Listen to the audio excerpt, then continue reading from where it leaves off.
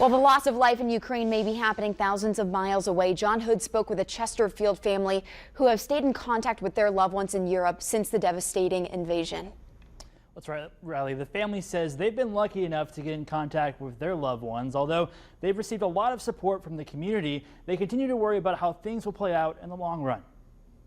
People who already did this, they already had to flee their homes and were driven out of their homes. They're just brought to tears, my in-laws included.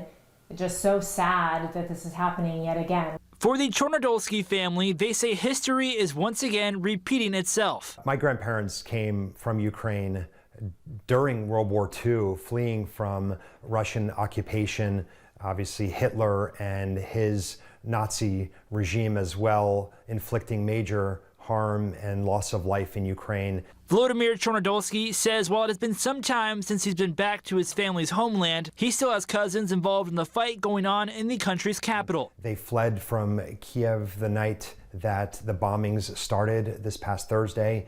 They went to Lviv, where my ancestral family comes from, and my cousin went back to Kiev because he didn't know if he should be taking up arms, what the situation was going to be to defend his home. As of Sunday, he says his cousin is safe. He also has a sister who lives in Germany that has opened up her home to refugees trying to escape.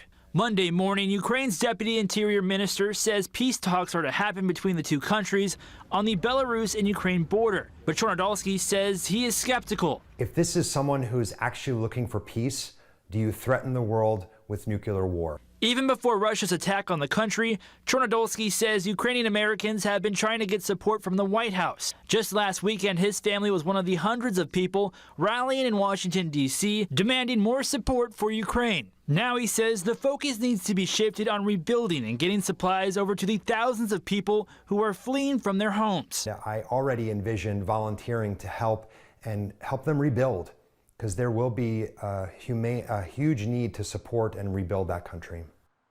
Chornodolsky says they expect those rallies in Washington to happen for weeks. Once again, a delegation from Ukraine is expected to meet with Russian officials tomorrow near the border of Belarus. We'll update you on what's on the table for the two countries after our local news. On your side, John Hood, NBC 12 News.